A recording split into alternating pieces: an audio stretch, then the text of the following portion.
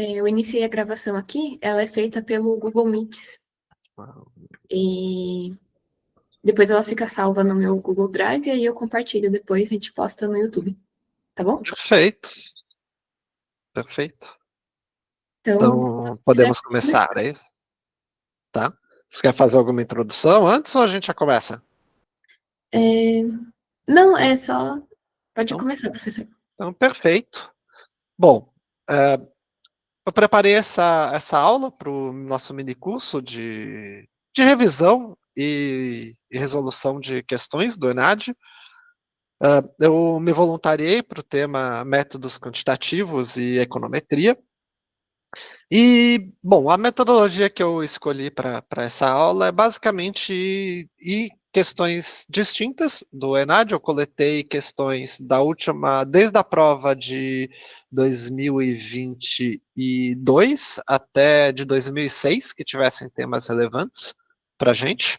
E elas estão, enfim, organizadas num formato um pouco de nível de dificuldade, e eu tomei uma opção de dar mais foco no tema econometria. Tá?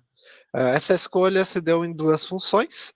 A primeira é que, a rigor, as questões do ENAD de econometria não são difíceis. Elas podem assustar, mas elas costumam ser, dos métodos quantitativos todos, muito fáceis comparado a outras questões.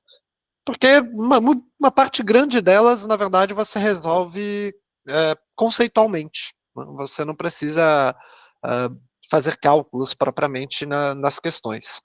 Então, por isso eu resolvi dar uma ênfase boa na econometria, porque eu acho que é uma que, a princípio, mesmo uma pessoa que não seja muito forte em métodos quantitativos, dá para gabaritar se a pessoa dá uma estudadinha no básico de econometria. E em seguida a gente vai pegar questões de métodos quantitativos, que aí eu escolhi sortido, uh, de diversos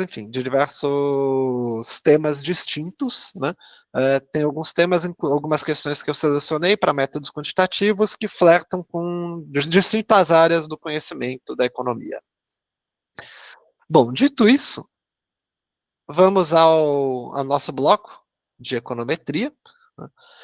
Eu trago essa primeira questão, que ela é bastante conceitual, ela dá uma assustada porque ela tem a fórmula aqui, mas vamos ver ela em detalhes e ver como ela, na verdade, é bem simples, apesar do susto que ela nos dá.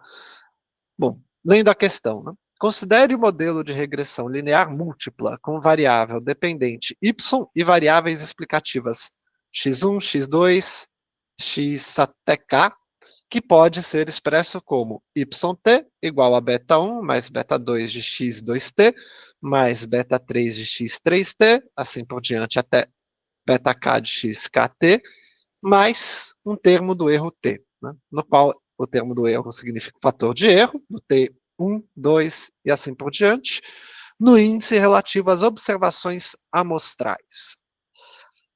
Bom, aqui a gente começa já, a gente já tem que parar um pouquinho e entender primeiro o que está sendo colocado, né? O t, no caso, ele é o intervalo amostral, que aparentemente, normalmente quando a gente usa t, é uma variável de tempo, né? Uma organização de tempo. Bom, vamos à questão propriamente. É correto afirmar que o modelo clássico de regressão linear, o modelo de Gauss de regressão linear, supõe que... Bom, depois que a gente vê, então, esse primeiro bloco da questão, a gente tem uma pergunta que, na verdade, você não precisa se preocupar com aquela fórmula toda que ele apresentou, né? Porque o que ele está querendo? Ele quer saber quais são as características de um modelo clássico de regressão linear. Ou seja, quais são os pressupostos desse modelo. E um pressuposto de uma regressão linear múltipla, no caso, ela vai ser, primeiro, ela tem que ter linearidade dos parâmetros, ou seja, você expressa que as variáveis dependentes, né, elas as variáveis independentes, elas expressem também linearidade, assim como a variável dependente também tem. Ou seja, o modelo linear ele precisa ser utilizado para situações onde haja linearidade, é meio óbvio. Né? A amostragem aleatória, ou seja, a gente sempre parte do pressuposto que você não está com uma amostragem viciada, colhida a dedo, enfim, mais um desses pressupostos bastante óbvios. Não colinearidade perfeita entre explicativas. Aí a coisa começa a entrar no ponto que demanda um pouquinho a atenção dos estudantes. Né? Bom, todo modelo econométrico, você parte do pressuposto que as suas variáveis explicativas, quando a gente vai tratar nos modelos clássicos, elas não sejam, não tenham oscilações conjuntas entre elas. Né? Isso que quer dizer não haver colinariedade. Ou seja, se aumenta um, você espera que não aumente a outra em igual tom no referente à sua variável explicativa. O que isso quer dizer?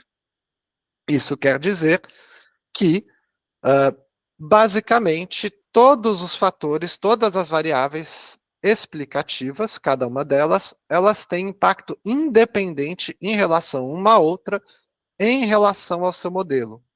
Tá?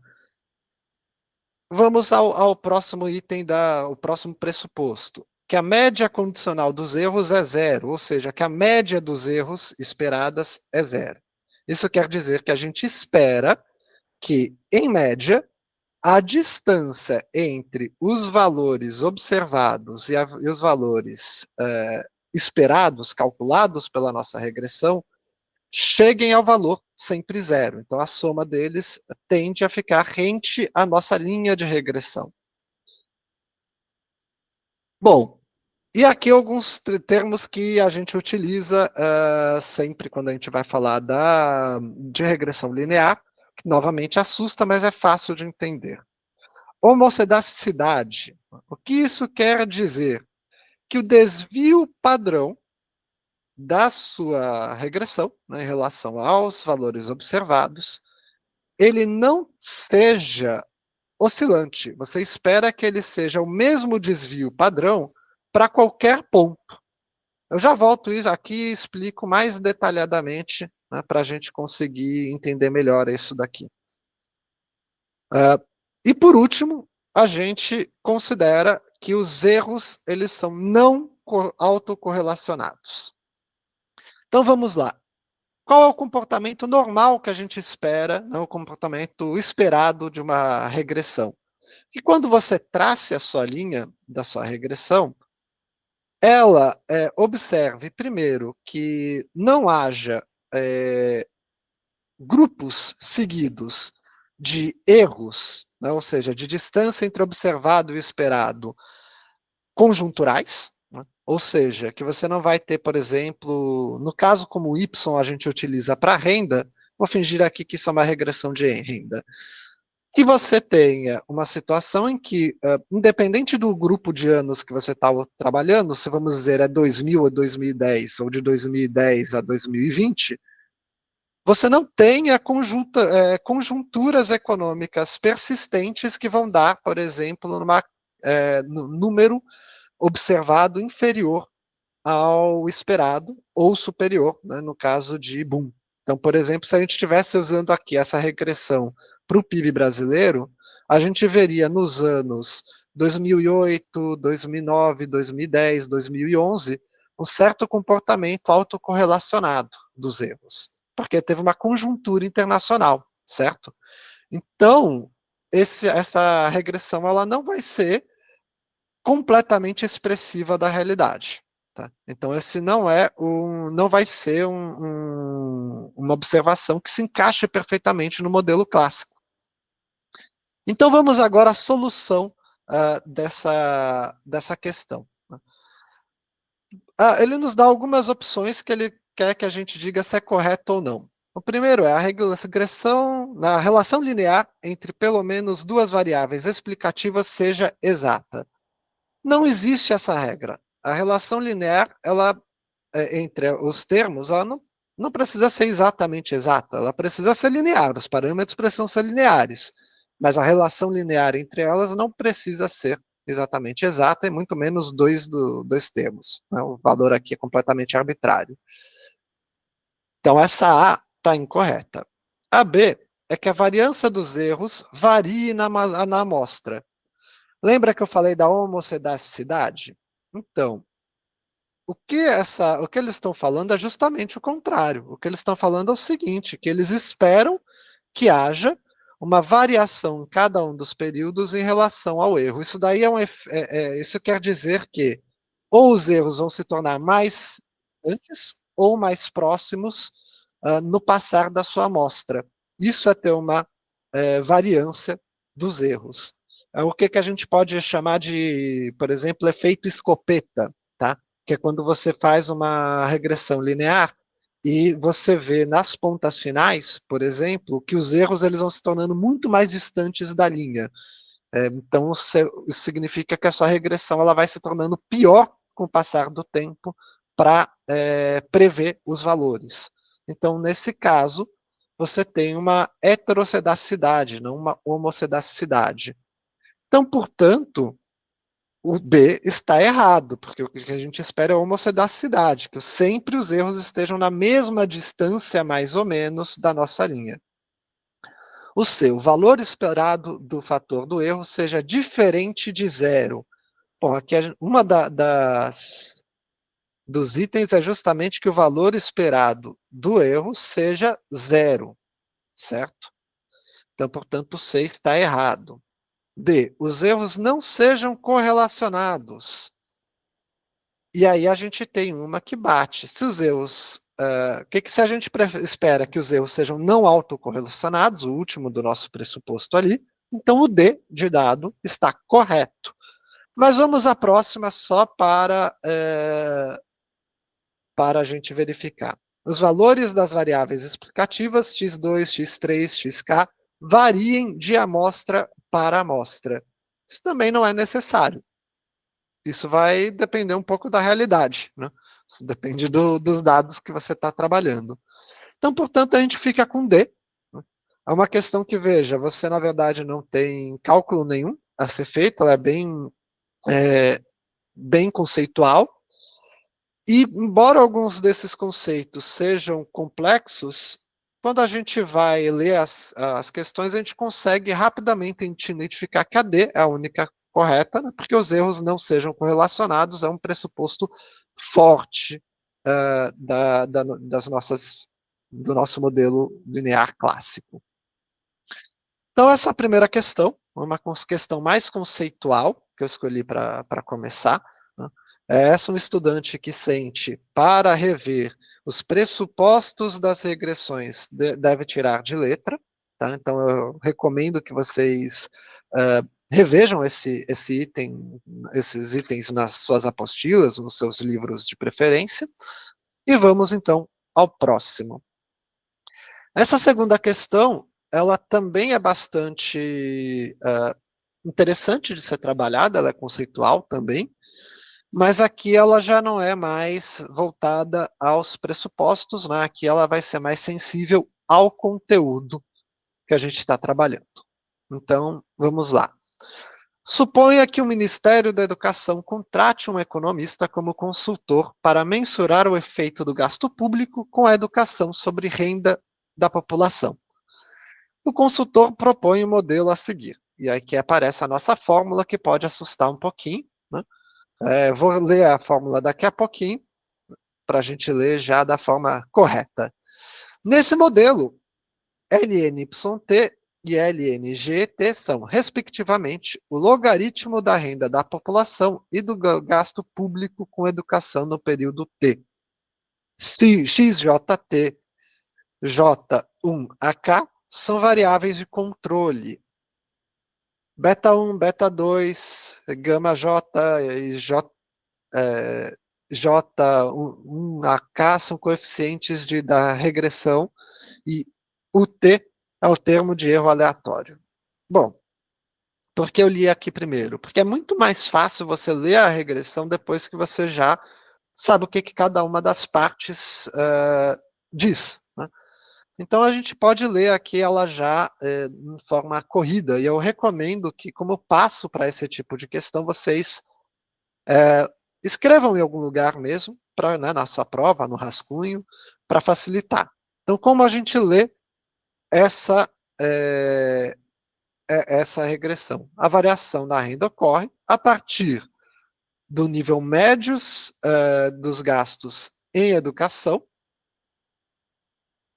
controlados pelas variáveis de controle, em função da elasticidade e renda dos gastos em educação. Ou seja, ln e yt são a variação da renda.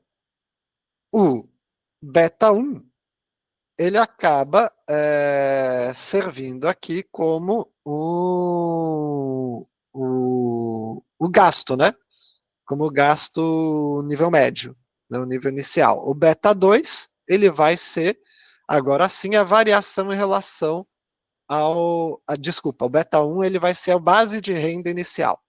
O beta 2 ele vai ser, agora sim, a variação da renda em função aos gastos em educação.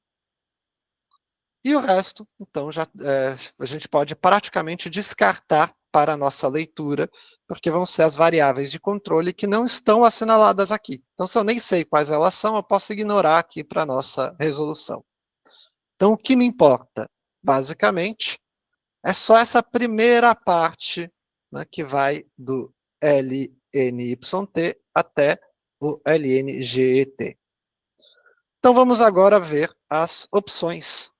Admitindo-se que a transformação logarítmica é estacionária para todas as variáveis da equação, verifica-se que beta 2 é a elasticidade renda com respeito ao nível de escolaridade da população.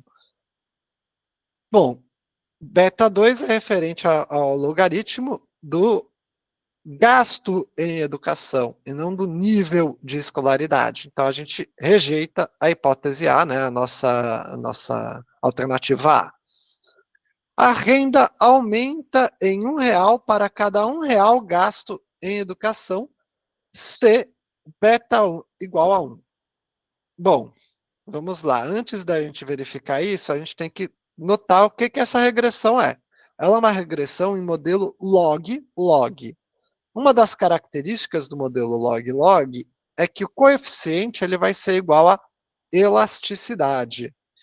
Elasticidade é sempre em relação ao valor proporcional, né? Ou seja, ele é sempre uma variação percentual. Então, um aumento de 1% no gasto em educação levaria a um aumento de 1% na renda do YT. Então, não é R$1 para R$1, ele não está em valor absoluto. Isso não é uma regressão linear.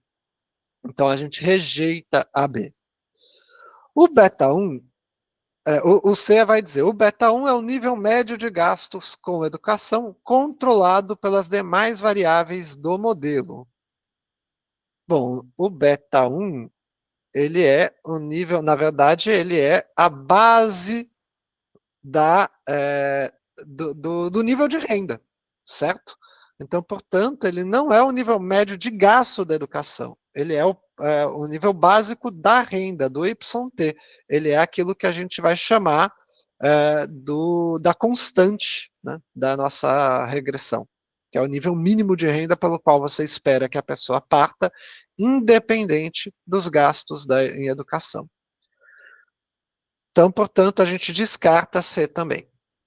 A variação percentual da renda será maior que a variação percentual do gasto público se beta 2 maior que 1. Ou seja, se beta 2 for maior que 1, teremos uma situação em que a renda ela é elástica em função da educação.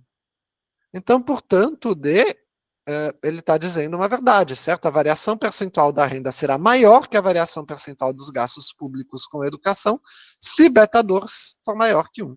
Está correto.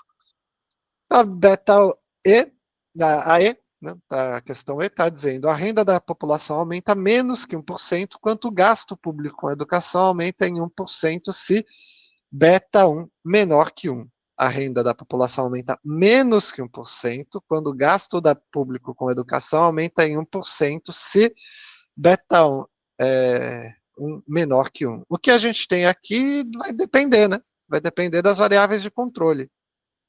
Então, no caso, a gente fica com se beta 2 for maior que 1, ela fica correta. Outra coisa, do E também a gente veja que está falando do beta 1. Beta 1 é constante, não é a elasticidade, certo? Então, se é a constante, ela não opera em relação à variação, né, de porcentagem. Ou seja, ela vai aparecer na hora de formar a renda, por exemplo, vamos dizer R$100. Não tem variação nela, ela é uma constante. Então, aí ela não pode ser verdadeira, porque, enfim, ela está tratando uma constante como se fosse variável.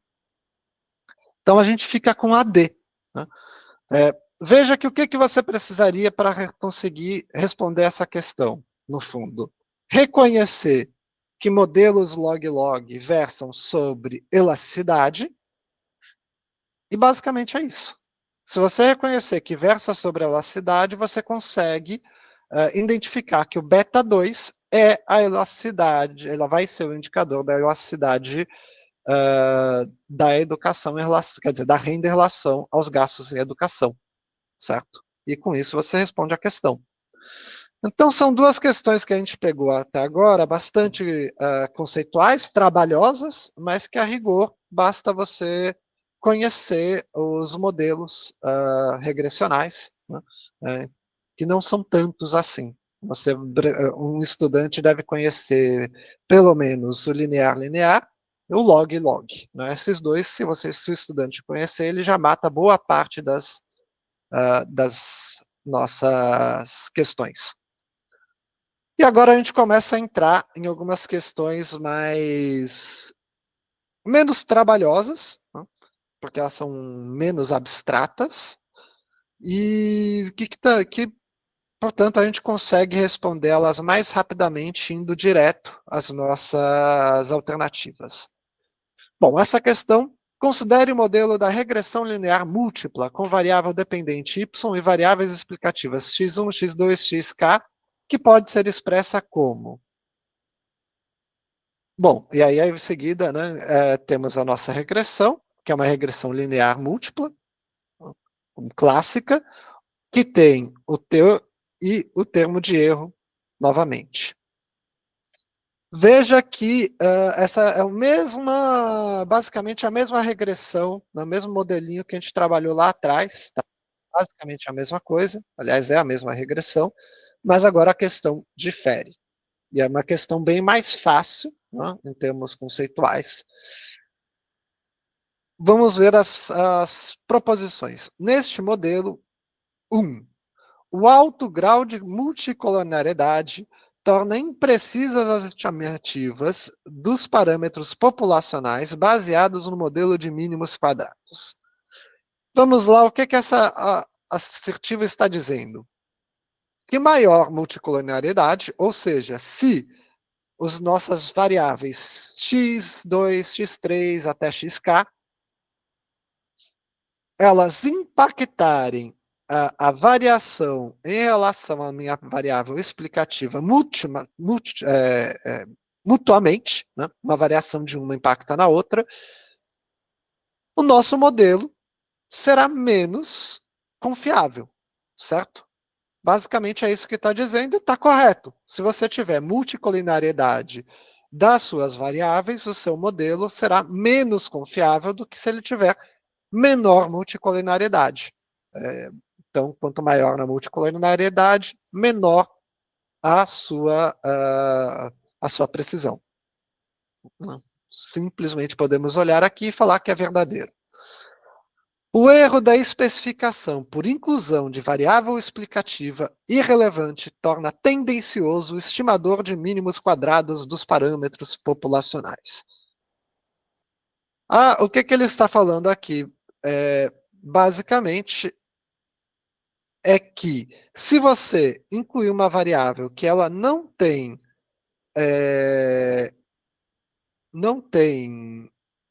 relevância estatística, ela torna o sistema tendencioso, certo? Ou seja, o erro da especificação por inclusão de variável explicativa e irrelevante, o que isso quer dizer? Eu boto uma variável e ela tem um p-valor muito alto, né? Ou seja, ela não é confiável, ela é irrelevante estatisticamente falando. Torna tendencioso o estimador de mínimos quadrados dos parâmetros populacionais.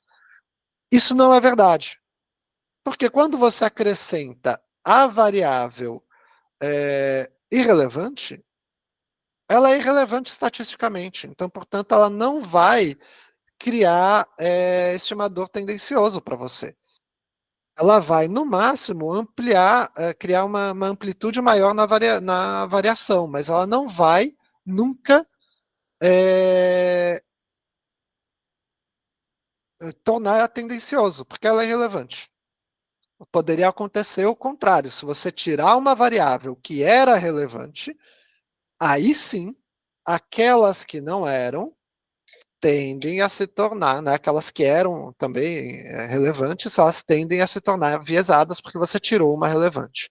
Então você colocar ou tirar uma relevante, uma irrelevante, não tem impacto na tendência, né, em ser tendenciosa ou não o seu estimador. Satisfeitos os pressupostos, não, satisfeitas as hipóteses do modelo clássico da regressão linear, segue-se que os estimadores dos mínimos quadrados são consistentes e têm mínima variância entre todos os estimadores lineares não tendenciosos. Gente, isso daqui é o básico do mínimo dos métodos mínimo quadrado. Ele é sempre, em relação aos demais métodos todos, aqueles que apresentam um menor quadrado das distâncias entre o esperado e observado. Ele é aquele que te gera, portanto, a mínima variância frente a todos os outros métodos. É por isso que a gente utiliza ele, porque ele tem essa qualidade. Então, o terceiro é verdadeiro.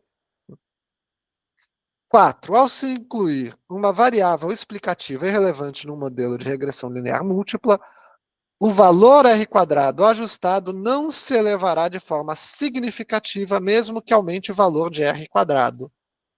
Verdadeiro. O R² sempre varia quando você inclui variáveis, tá? Ele sempre vai, mas o R² ajustado, o que caracteriza a diferença do R² ajustado em relação ao R² simples, é que o ajustado, ele leva em consideração a relevância das variáveis. Então, se você colocar uma variável,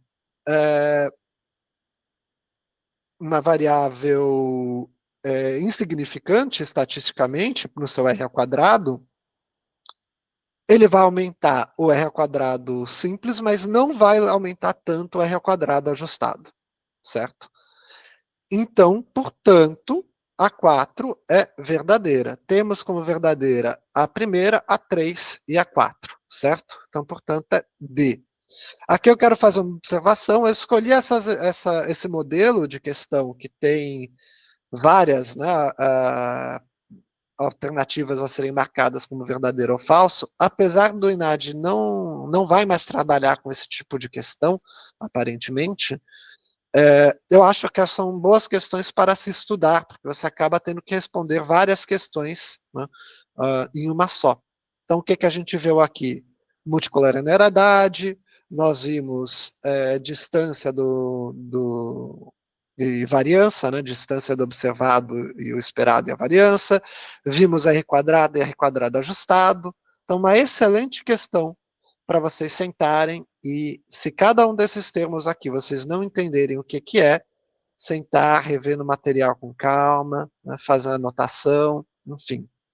Então vamos lá, vamos para a próxima. Bom, essa é uma questão interessante, porque é uma questão, a rigor, embora seja tratada como uma questão de econometria, ela é uma questão de teste de hipótese, tá? Mas tudo bem, vamos lá. dois estudantes de economia, João e Pedro, estão debatendo sobre a estimação de modelos de crescimento econômico. João propõe que uma formulação em que a taxa de crescimento do PIB dos países, GY, dependa da taxa de crescimento do capital físico, IK, da taxa de crescimento do capital humano, IH, e da taxa de crescimento da força do trabalho, N. Pedro propõe incluir na formulação de João uma proxy para captar o diferencial da qualidade institucional, INST. Segundo a argumentação de Pedro, quanto maior o nível de qualidade institucional, maior será a taxa de crescimento do PIB. Assuma que a variável INST tem alguma correlação com as outras variáveis incluídas no modelo, de acordo com as formulações a seguir. Aí tem os dois modelinhos, né, de um e de outro, e o que a gente observa é que, basicamente, a diferença deles é a inclusão da variável INST aqui na nossa, né, no alpha-5 INST. Neste modelo, J1 a N representa os N países da amostra variáveis e U e E são erros do termo aleatório. Não estou falando o nome da letra grega, só para, enfim, não nos atrapalhar aqui. Se forem estimados os dois modelos pelo método de mínimos quadrados ordinários, pode-se ter um problema de inclusão de variável irrelevante ou de exclusão de variável relevante. Nesse contexto, testa-se a hipótese nula H0 alfa 5 igual a zero. Lembra que eu falei que era uma questão de teste de hipótese?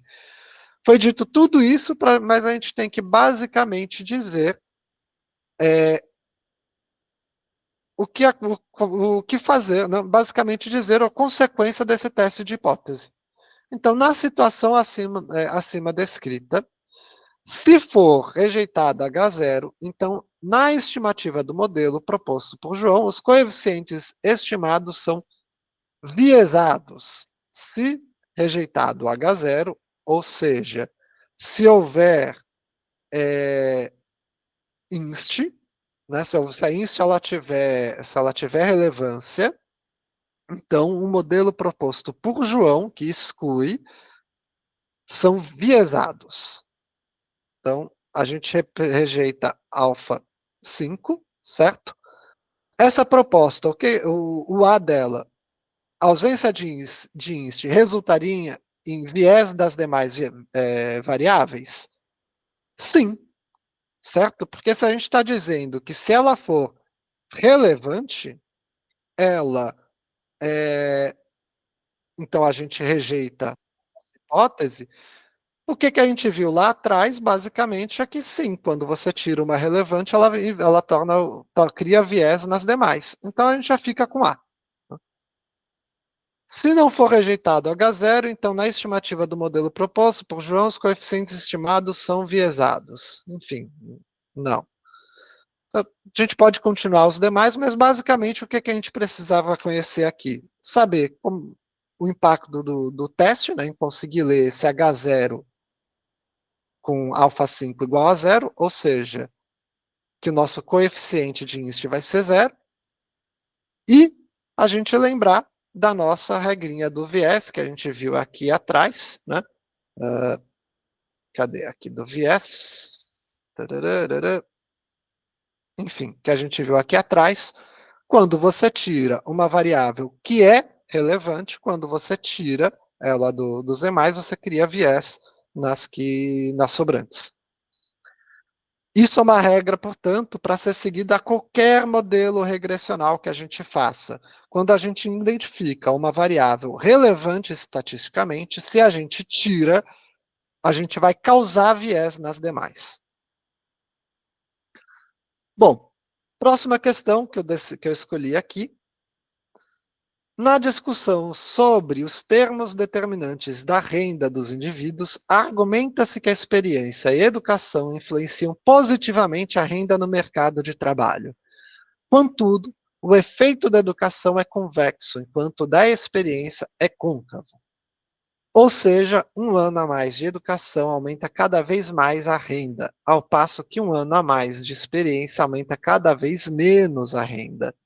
Além disso, indivíduos com o mesmo nível de educação e escolaridade podem ter níveis de renda diferentes no mercado de trabalho devido ao efeito segmentação ou efeito discriminação. Entre os fatores que explicam a segmentação, incluem-se a formalidade do trabalho, o setor da atividade e a sindicalização. Já a discriminação se expressa pelos diferenciais de renda por gênero e etnia para indivíduos que possuem os mesmos atributos produtivos. Suponha que um técnico do Ministério do Trabalho resolva testar as hipóteses mencionadas acima, propondo o modelo seguinte. Bom, vamos lá. O modelo ele é um LNYI, ou seja, é o log natural de YI, a gente já começa com o modelo log, B1, beta 1, né, no caso, mais beta 2 educ 1i, mais beta 3 educ quadrado i, e aqui a gente já consegue identificar o modelo. Nós temos um modelo que ele é log quadrático, né? A gente vai ter, para o segundo grupo, a experiência e a experiência ao quadrado, né, também. Então, aqui o que a gente precisa conhecer já de antemão para conseguir trabalhar com esses dados, que é a característica dos termos quadráticos. O que são os termos quadráticos? Quando você tem um modelo regressional em que você vai ter uma variável explicativa, né, que ela aparece, ela simples, e depois ela o valor ao quadrado, isso é uma quadrática. A primeira característica é que quando o valor do coeficiente do quadrático, ou seja, no caso do beta 3 ou do beta 5, quando ele for maior que zero, ele vai ser convexo. Quando ele for menor que zero, ele vai ser côncavo, certo? Bom, e aí a gente segue então aqui, em que é no nosso enunciado, em que o logaritmo natural de y é o logaritmo da renda do trabalho, edu, que é a variável que expressa os anos de escolaridade, e exp é a variável referente a anos de experiência. XJ são as variáveis de controle de segmentação e discriminação, beta 1, beta 2, beta 3 e assim por diante, os parâmetros estimados, e temos o termo do erro aleatório, como R de zero e variância constante. Bom, aí vamos lá. Entre os resultados da estimação do modelo, seria adequado o técnico conjecturar que beta 2 menor que beta 4. A gente pode conjecturar isso? A princípio, a gente não tem como saber. Porque vai depender do resultado da regressão, a gente não tem nenhuma informação técnica sobre a característica da linearidade, né, da angulação. Quando a gente tem uma variável linear, né, não quadrática, simples, a gente chama isso aqui da angulação, certo? Então a gente não tem informação do beta 2 e do beta 4, que vão ser as expressões da angulação do educ e do XP. Não há informação no enunciado. Então a gente não pode conjecturar isso. Que beta 3 vai ser maior que zero e beta 5 menor que zero. Bom, a gente tem uma informação no enunciado sobre eles, né? Que o efeito da educação é convexo. Quando ele é convexo, ele tem que ser maior que zero. Então, beta 3 tem que ser maior que zero. A gente pode conjecturar isso. Isso está dado, porque foi dito no enunciado que é. E que o beta 5 é menor que zero. Bom, a gente vê pelas nossas regras do quadrático que o coeficiente quadrático menor que zero, ele vai ser côncavo. E o nosso enunciado está dizendo que a experiência é côncava. Então, o beta 5, né, aqui, ele tem que ser menor que zero. Então, a gente fica com B. Então, os parâmetros, a gente pode seguir no restante, só para a gente, enfim. Os parâmetros J, Y, na verdade, gama J, são estatisticamente significantes. Não temos como conjecturar isso. Um ano a mais de experiência produz um aumento percentual na renda igual a beta 5 para pessoas sem experiência no mercado de trabalho. A gente não pode dizer isso, porque a gente, primeiro, não há essa informação disponível e a gente está com o modelo quadrático e não no modelo log-log. Né? Então, enfim. Em um ano a mais de educação produz um aumento percentual na renda igual a beta 2 mais 10 beta 3 para as pessoas com 10 anos de educação. Também não é possível afirmar isso. Enfim, não temos os valores aqui e então não é possível a gente conjecturar. Então a gente vê que a rigor, novamente, o que você precisaria saber é conhecer o padrão da regressão quadrática, certo? Então, veja só que interessante, até agora, todas as questões a gente resolveria sem precisar nos aprofundar na parte mais matemática, né, mais de cálculo dos modelos regressionais, e conhecendo apenas quais são os pressupostos do modelo log-log, do modelo linear e do múltiplo linear, e da equação e dos modelos quadráticos. Basicamente, por enquanto, é só conhecer os modelos regressionais. Isso é um capítulo da maior parte dos livros de econometria que temos disponíveis no mercado. Tá? Então, é conhecer os modelos. Bom, vamos agora a uma que assusta um pouco mais, na minha opinião, do que as demais, que as demais é conhecimento de modelo e, portanto, o aluno ou conhece ou não conhece, certo? Você bate o olho e identifica e não tem muito o que fazer. Se você não conhecer os modelos, não tiver estudado eles adequadamente, você não tem os parâmetros, não tem parâmetro suficiente para tentar analisar ali. Agora, essa aqui é interessante que a gente começa a ter um pouco mais de possibilidade de margem de manobra para o estudante. Com o objetivo de entender o impacto das internações causadas pela falta de saneamento básico, um pesquisador estimou o modelo representado na tabela a seguir, usando a quantidade de dias de internação de uma amostra de 7.260 pacientes do Sistema Único de Saúde como variável explicada. As variáveis explicativas são 1. Gênero do paciente, binária, em que 1 é utilizado para identificar as mulheres e 0 para identificar os homens. 2. Idade do paciente em anos de vida.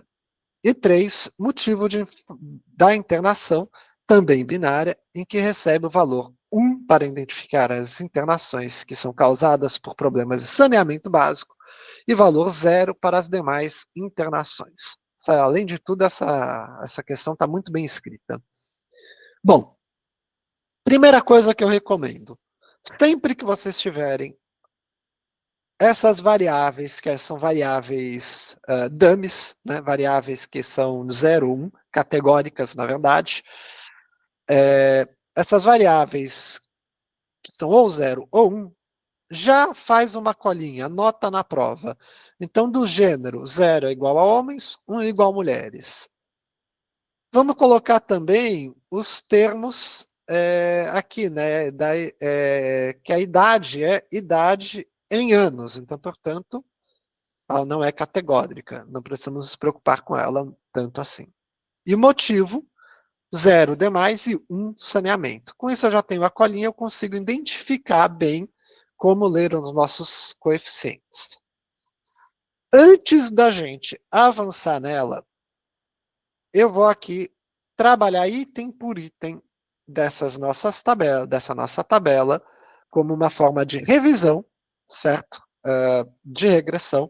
Quem já fez meu curso de métodos quantitativos que eu dou na Economia Política Mundial, na pós, ou quem fez comigo tópicos avançados de história econômica, está acostumado com esse tipo de tabela. Essa é uma tabela analítica dos dados estatísticos da regressão, extremamente potente para análise. Tá? Então, o que a gente tem? A constante, A constante, eu vou voltar aqui numa regressão qualquer, só para a gente lembrar, ela vai ser o nosso primeiro termo, né? É o nosso beta 1 ou alfa 1 em geral, certo? Então isso vai ser o coeficiente da constante. Ele é o ponto de partida. Nós vamos ter o coeficiente do gênero, e aqui é um primeiro apontamento, o gênero é uma variável categórica igual a 0 ou 1. Ou seja, ou ele vai aparecer com impacto de menos 1,49 para mulheres, ou não terá impacto zero no caso de homens. A idade para cada ano adicional, nós vamos ter então um impacto de 0,03. E o motivo da internação, quando for por questões de saneamento, ele vai acrescentar 1,96 em dias de internação, e quando for demais, ele não vai acrescentar nada. Bom, então é assim que a gente lê os coeficientes. Aqui eu estou tratando como modelo, pressupondo que o modelo é linear, né? O erro padrão, ele já tem um fator interessante para a nossa leitura, que a gente utiliza a regra do dobro. O que é a regra do dobro? Sempre que o erro padrão for o dobro do erro padrão for igual ou maior ao coeficiente, a gente já considera que ele é estatisticamente, que o coeficiente é estatisticamente relevante, certo? É uma forma de você ver rapidamente quando você não tem o p-valor ou a razão t. Então, todo o bloco aqui que a gente vai ver aqui do erro padrão, razão t e p-valor são indicadores da relevância estatística de cada coeficiente. Então, no caso, todos eles, o dobro do erro padrão é muito menos do que o valor do coeficiente. Quando a gente vê o p-valor, todos eles dão próximo a zero. Então, isso está correto, né? Tá? A gente vê que faz sentido. Como eu leio o p-valor? Eu não vou ficar aqui perdendo tempo para a leitura da razão t, porque nunca vi questão de ENAD, aliás, de prova nenhuma, pedir leitura da razão T, então vamos direto ao que se pede, que é o p-valor. Via de regra, a gente trabalha com uma zona crítica, né, um limite crítico de 5%. Então, se o seu p-valor for menor do que 0,05, então a variável é estatisticamente relevante. Todos eles aqui estão abaixo do nosso valor crítico. Então, todas elas são relevantes.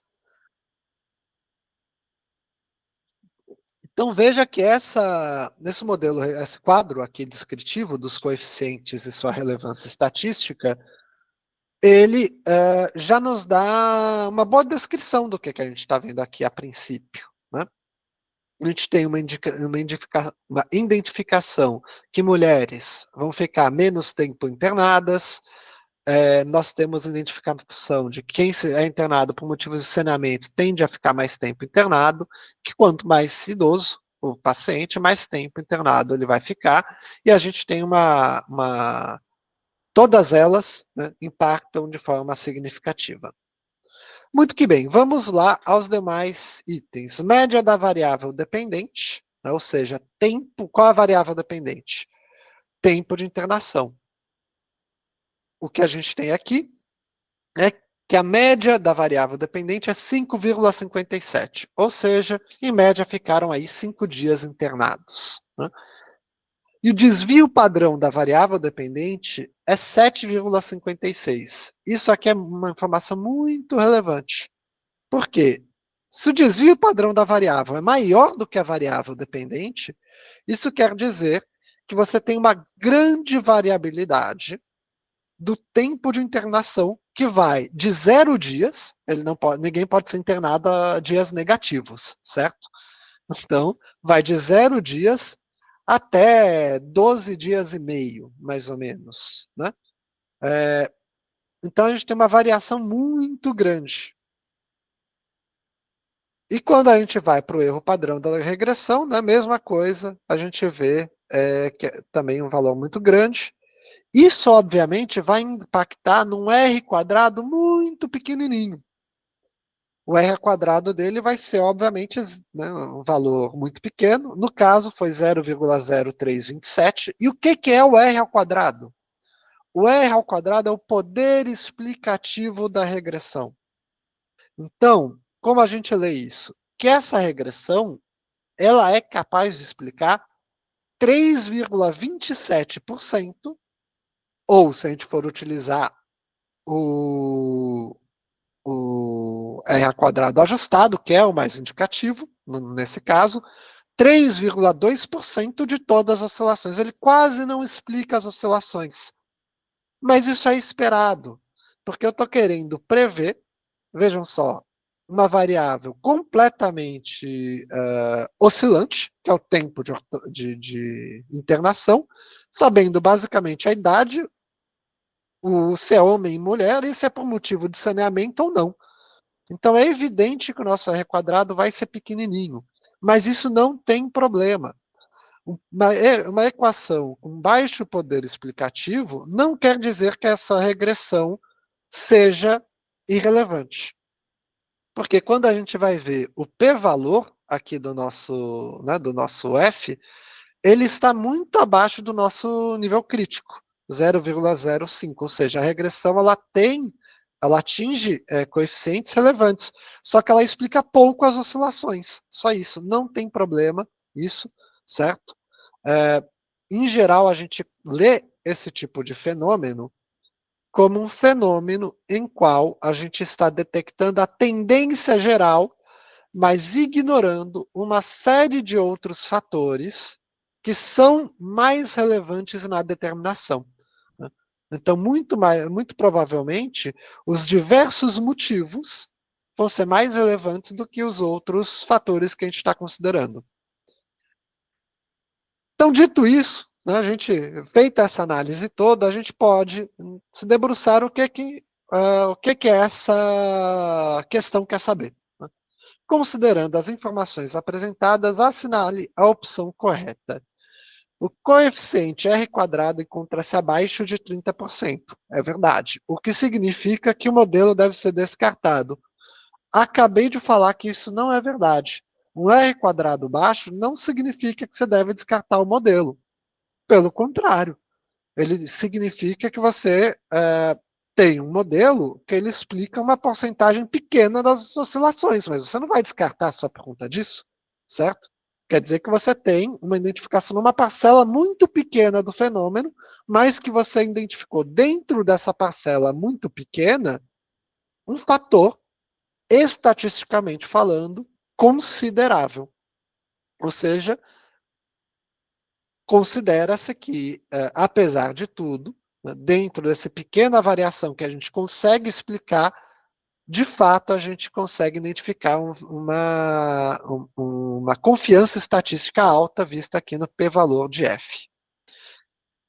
Bom, a gente já poderia ficar com a A, mas vamos às demais. As informações causadas pela deficiência de saneamento, as internações causadas pela deficiência de saneamento básico tendem a gerar um aumento de 1,96 nos gastos de saúde. Bom, a gente não tem essa informação, porque o nosso modelo é sobre os dias de internação e não quanto ao gasto de saúde. Então, eu não posso dizer isso. Ele pega um valor que é verdadeiro aqui, né, do 1,96, mas sobre uma variável explicativa, uma variável explicada, né, que não é a que a gente está trabalhando. Então, B, a gente descarta, porque a gente não pode dizer isso.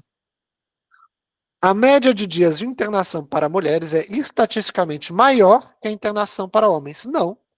A gente viu que quando quando o gênero é igual a 1, ou seja, quando é mulher, a média de internação cai. As mulheres ficam menos tempo internadas do que homem.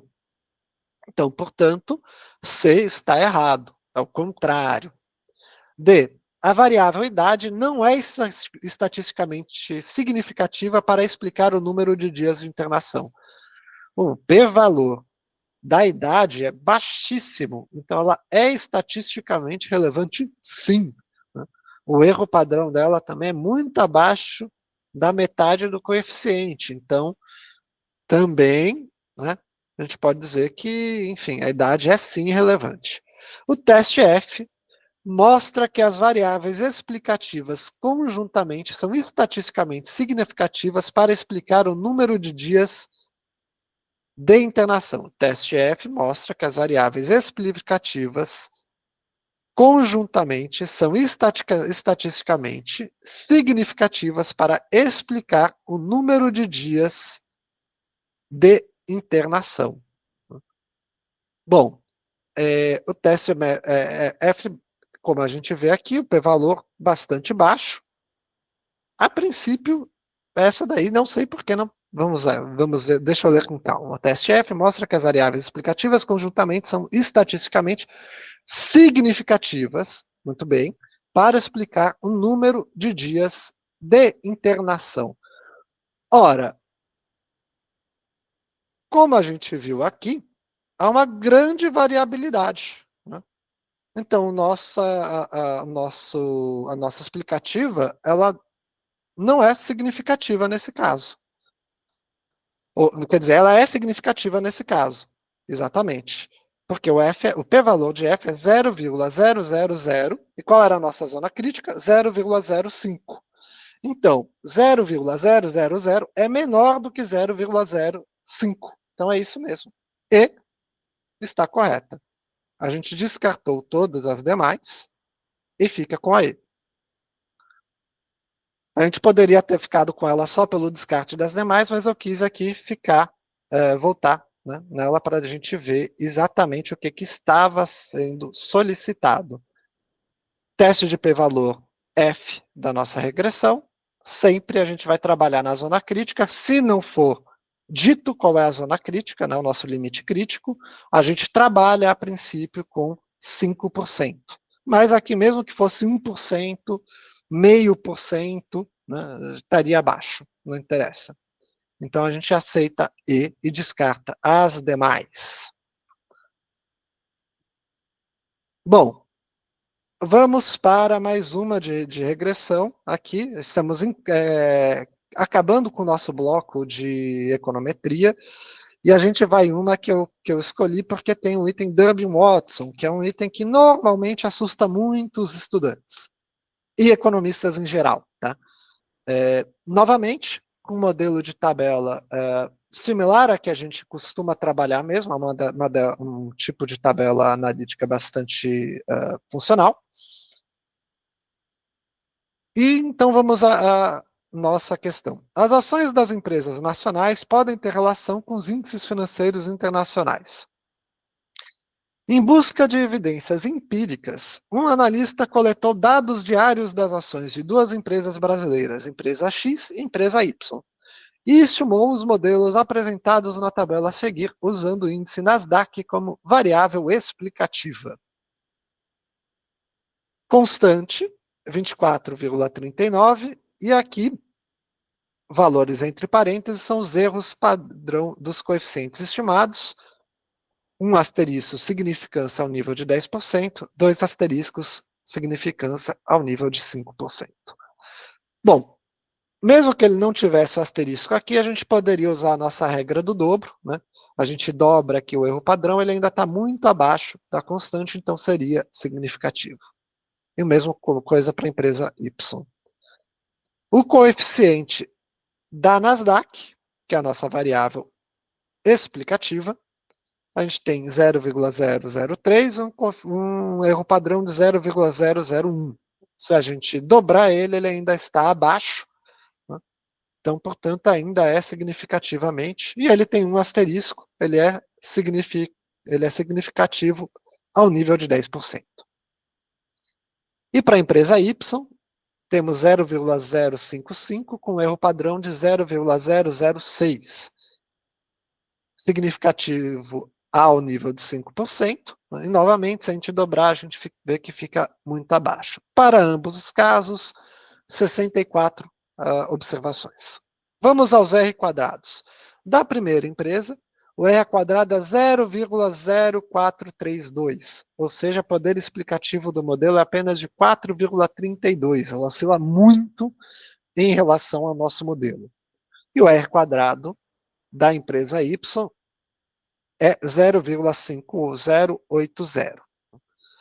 Bom, o R², portanto, da empresa Y, ele é consideravelmente superior, ele explica cerca de 50% das oscilações, né?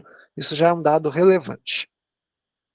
O Durbin-Watson da primeira é 0,2047 e o da segunda 0,2518. O que é o Durbin-Watson? E é onde eu queria chegar, né? Assim como o R² a gente diz que ele é um indicador do poder explicativo, o Durbin-Watson ele é um indicador da existência de conjunturas sobre os erros. Tá? Normalmente, quem mais utiliza o Durbin-Watson são historiadores econômicos. Então, se vocês forem localizar na literatura de história econômica específico, quando a gente vai trabalhar perfis oscilatórios, momentos de crise, etc., o Durbin-Watson é muito importante. Como a gente lê o Durbin-Watson? Tá? O Durbin-Watson, a gente pode fazer o cálculo do p-valor dele, mas para isso você precisa ter a tabela estatística, que se a nossa prova não der, né, se a gente não tiver, a gente não tem como calcular. Mas, a princípio, o Durbin-Watson, você consegue trabalhar em torno dele, mesmo sem a tabela estatística, através da chamada regra empírica. O que é a regra empírica do Durbin-Watson? Sempre que o Durbin-Watson estiver próximo a zero, há uma autocorrelação dos erros, ou seja, há conjunturas diferentes nas observações.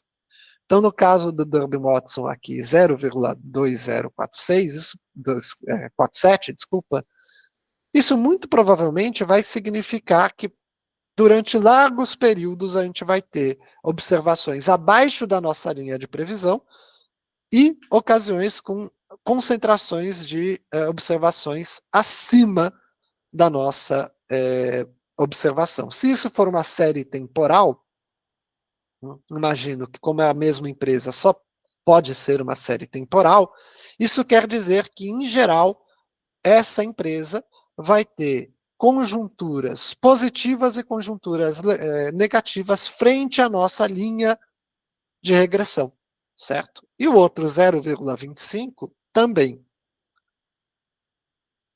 Quando ele está próximo a 2, a gente rejeita a autocorrelação dos erros. Ou seja, a gente não pode dizer que existam conjunturas só de olhar essa tabela.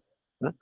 E justamente é quando não existe conjunturas específicas que o nosso modelo ele é um modelo preditivo melhor. Porque você não tem aquela situação de você ter consistentemente erro conjuntural. Né? Então você está prevendo que, sei lá, você deveria ter um crescimento de 1 ponto, mas consistentemente numa conjuntura ele está tendo erro de 0,2, né? Então, sei lá, cresce 0,8, 0,7, 0,9, mas nunca o 1 e consistentemente abaixo, né, do previsto. Bom, quando o Durbin-Watson chega próximo a 4, ocorre o que a gente chama de autocorrelação inversa dos erros. O que é a autocorrelação inversa dos erros? É a existência de caráter sazonal. Então, por exemplo, você está, vamos dizer que seu modelo, você esteja calculando as suas compras, né, vendas de casacos. E no seu modelo, você trabalha com semestres, em vez de anos.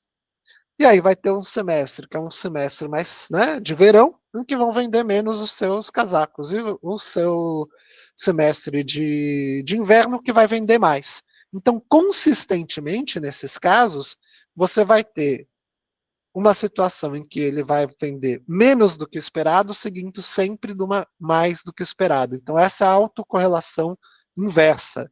Uma observação abaixo da linha regressional vai ser seguida de uma observação acima da linha regressional. Dito tudo isso, a gente tem mais um item da regra empírica, eu uso muito, que se o Durbin-Watson estiver abaixo do R², a chance de você ter uma autocorrelação forte dos erros é enorme, certo? Bom, o que a gente vai ter aqui,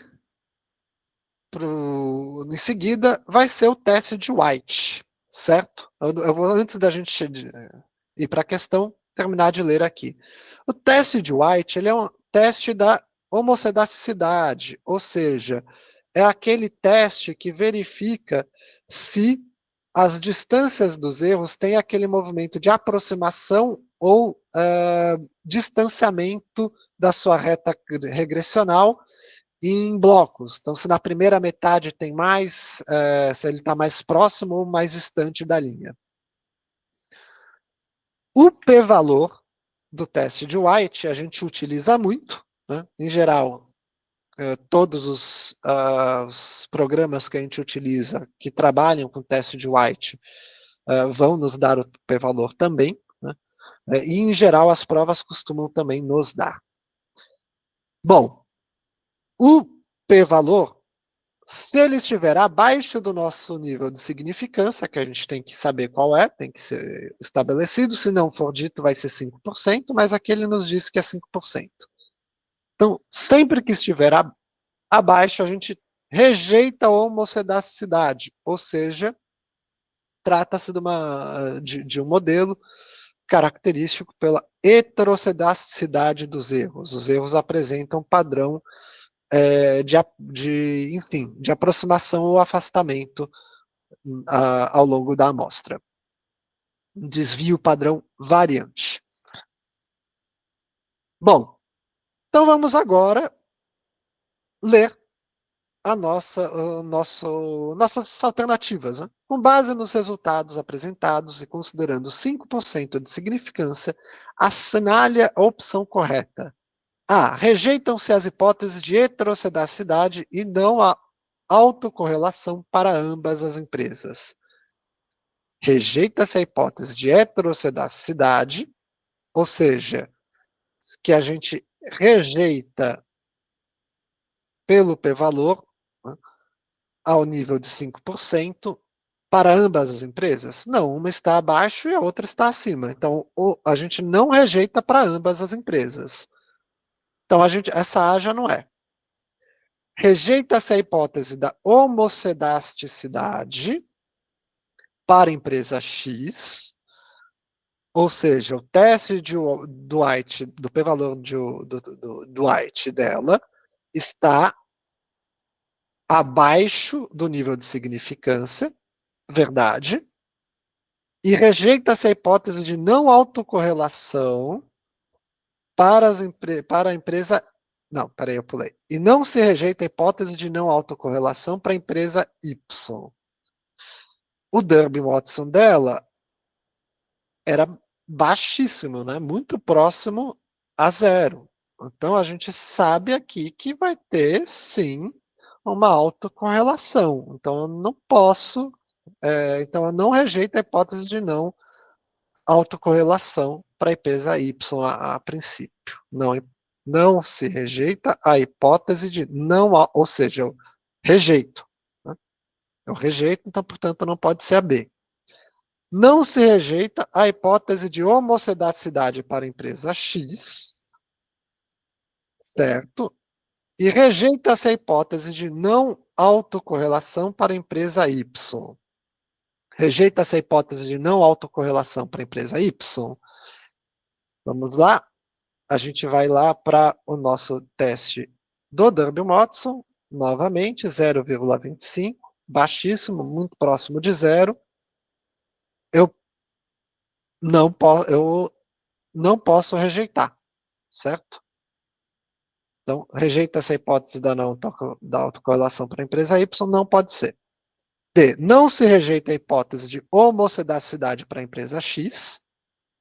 A gente acabou de ver que o teste p-valor da empresa X, ele está abaixo do valor. Né? Então, ela rejeita a homocedasticidade. Então, não pode ser D. E. Rejeita-se a hipótese de homocedacidade para a empresa X, verdade, e rejeita-se a hipótese de não autocorrelação para as ambas empresas. Não pode ser. Porque eu não posso rejeitar, porque o Durbin-Watson delas está muito baixo. Né? Então eu não posso. Então, no caso, vamos lá, vamos voltar qual que era a correta. Rejeita-se a hipótese da homocedacidade para a empresa X, tá certo? E não se rejeita a hipótese de não autocorrelação para a empresa Y. Tá certo, então é a B, certo? Porque eu não posso rejeitar a hipótese de não autocorrelação, porque o Durbin-Watson está baixíssimo, então provavelmente existe a possibilidade, sim, de haver uma autocorrelação dos erros. Então tá certo, a gente conclui aqui essa questão. Deixa eu ver quantas aqui. Ainda tenho mais duas de econometria. Vamos ver se essa vale a pena. Vamos ver se essa aqui. Eu acho que essa aqui é mais interessante. Vamos para ela. Vamos ver. Essa aqui é interessante porque é um exemplo que você consegue resolver muito rapidamente, apenas sabendo interpretar a equação. Um pesquisador estimou a regressão apresentada a seguir a partir de uma amostra composta por 567 observações, referentes a indivíduos no mercado de trabalho. Nessa regressão, ln é o logaritmo natural, S são os salários medidos em reais, E é o número de anos de escolaridade, X é o número de anos da experiência profissional, G é uma variável binária que assume o valor 1 para indivíduos do gênero feminino e 0 para indivíduos do gênero masculino. E U é uma variável aleatória com médio zero, não correlacionada com as demais variáveis, também conhecida como termo do erro. Os números entre parênteses são os erros padrões das estimativas. Bom, com base no modelo estimado, a despeito da diferença salarial entre homens e mulheres, assinale a opção correta. Veja como essa daqui é bem fácil de trabalhar. O que eu vou fazer com essa regressão? O termo homem ou mulher, ele é uma dummy, uma categórica, e ela pode ser com valor 1 para feminino e 0 para masculino. Então eu posso, a rigor, fazer duas regressões, certo? Uma só para os homens e outra só para as mulheres, para ver a diferença e entender melhor o que está acontecendo. Então eu coloquei a completa aqui, que é igualzinha a que estava em cima, e a seguinte só para homens. Então a dos homens começa com 1,2 mais 0,02 para a experiência, certo? E aqui faltou o EG depois desse 0,01, tá? Por algum motivo não saiu. E aqui também faltou o G. Enfim. De qualquer modo, o que a gente está vendo aqui? Que para as mulheres, só por ela ser mulher, ela perde já logo de cara uma quantidade de renda, certo? E ela perde uma quantidade para sempre, para cada ano de estudo que ela tiver a mais. Então, o que a gente observa aqui? Vamos lá. A diferença salarial entre homens e mulheres aumenta quanto maior for a escolaridade de ambos. De fato, isso ocorre. Isso, de fato, quanto mais os homens e as mulheres forem estudados, se ambos, né, vamos dizer, tiverem 10 anos de escolaridade, a renda do homem vai crescer mais do que a renda da mulher, por conta desse impacto negativo.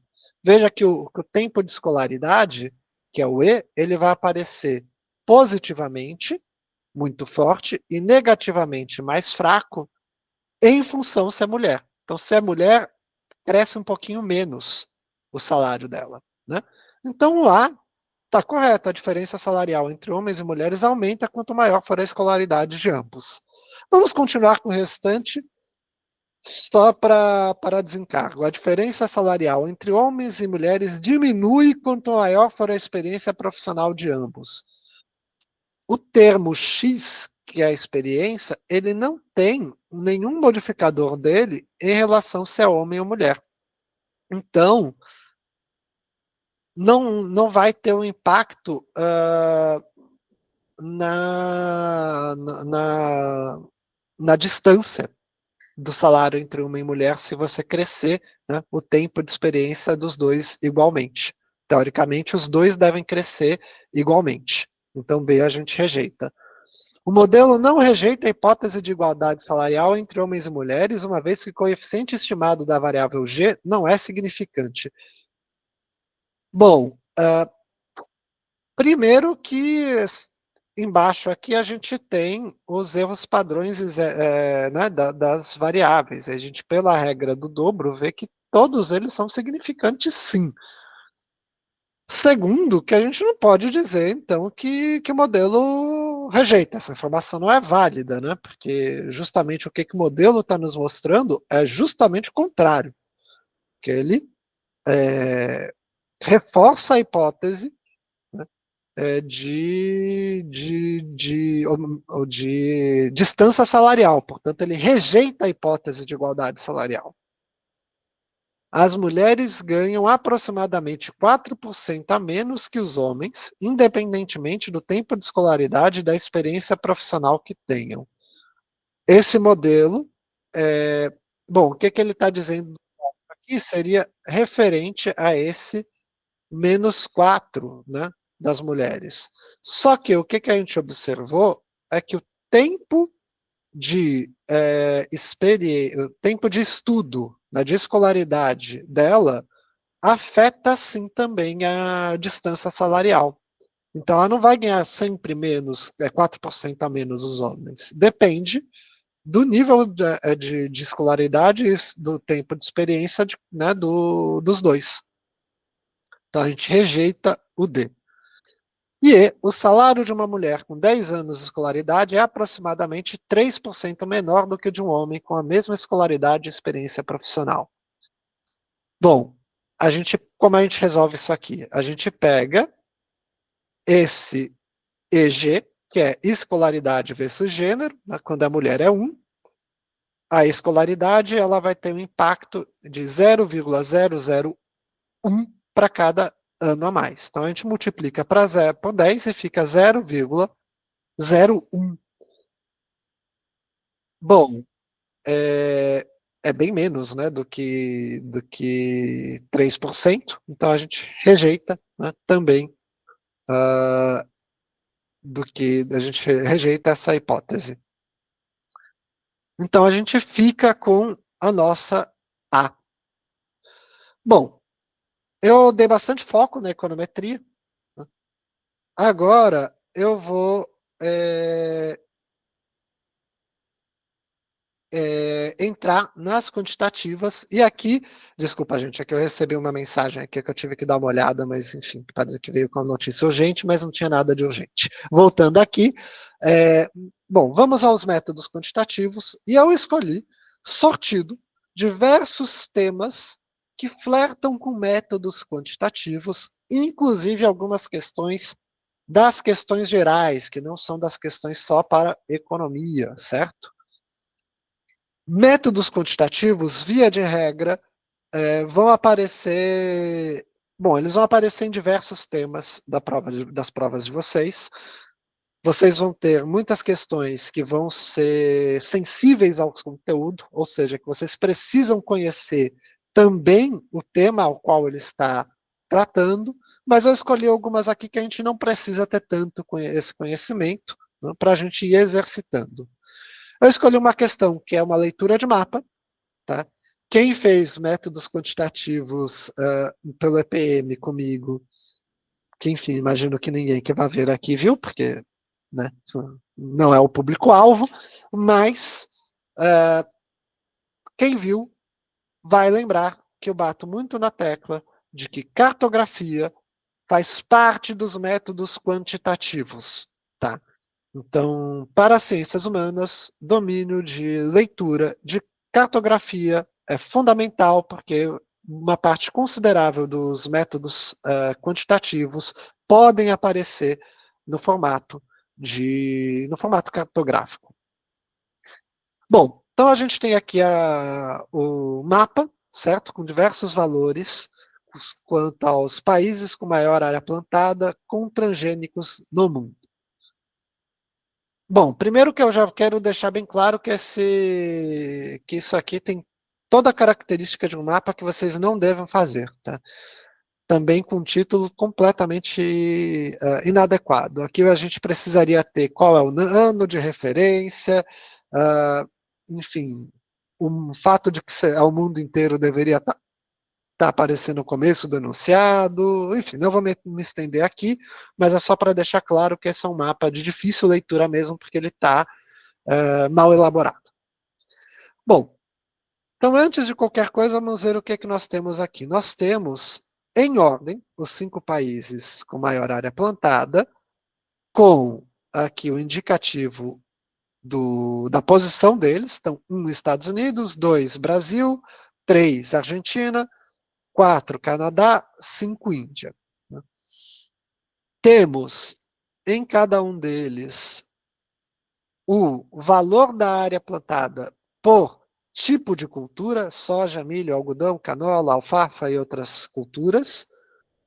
E temos também, vamos lá, aqui o total da área plantada com transgênicos no mundo, por país e por cultura, né? E aí a gente tem, considerando o infográfico apresentado, avalie as afirmações a seguir. A distribuição da área plantada com transgênicos no mundo reflete o nível de desenvolvimento econômico dos países. Nós não temos aqui esse dado sobre quais são os países mais desenvolvidos. Mas, como não é muito difícil a gente verificar. Os países com maior área de transgênicos são, em ordem, Brasil, Argentina, Canadá e Índia. De cara, a gente já sabe que o Canadá é mais desenvolvido que o Brasil e a Argentina, portanto, a 1 não é verdadeiro, ela é falsa, certo? Os Estados Unidos da América possuem a maior área plantada de algodão transgênico do mundo. Bom, isso daqui é uma questão, né, de proporção. Então, como a gente vai tratar essa análise?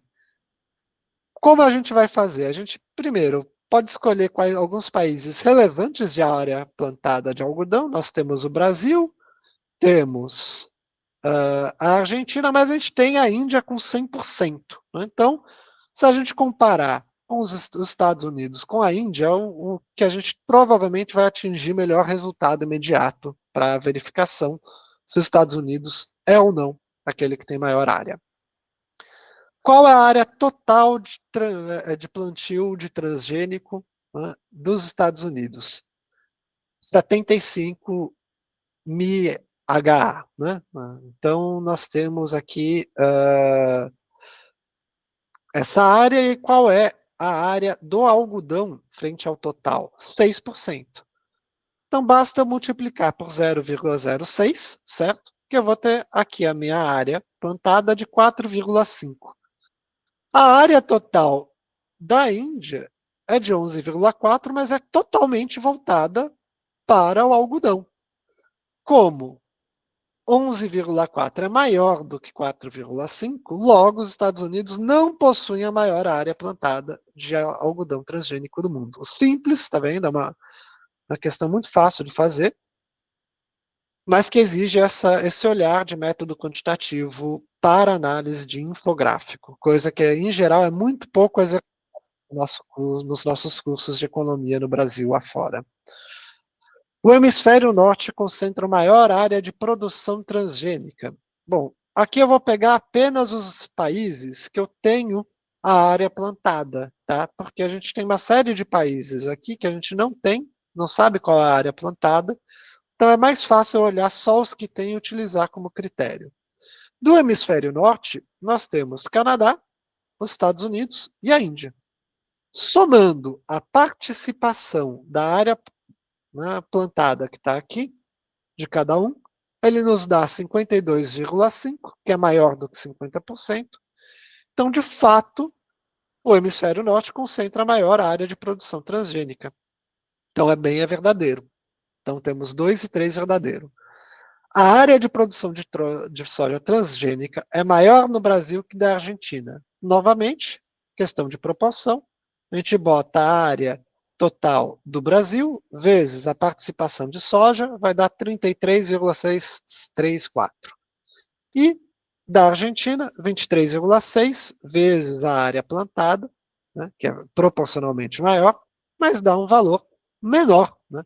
Então, portanto, a área de produção transgênica é maior no Brasil que na Argentina. É verdade. Então, 2, 3 e 4 são verdade. Então, portanto, ficamos com a alternativa E. A gente descartou apenas a A. Então, eu comecei com essa aqui, única e exclusivamente para lembrar que cartografia faz parte de métodos quantitativos, cai no ENAD, certo? Então é uma coisa que é importante vocês saberem trabalhar.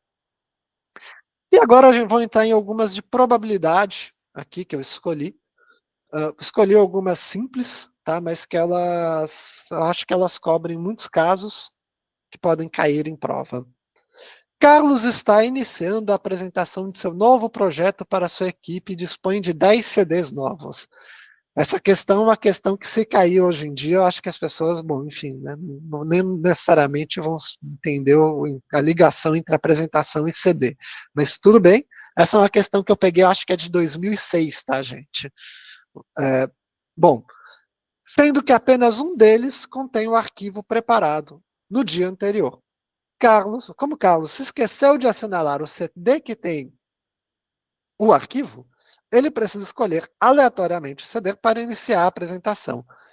Carlos deixa cair o primeiro CD escolhido, inutilizando-o para a leitura. Qual é a probabilidade de que o arquivo esteja contido no segundo CD escolhido aleatoriamente por Carlos? Bom, aqui de cara, a gente já poderia dizer que, como são 10 CDs, a probabilidade seria 1/10. Né? Independente se o primeiro caiu e quebrou ou não, tanto faz. Mas vamos aqui o passo a passo, assim como eu fiz na econometria, para a gente rever conceitualmente algumas coisas.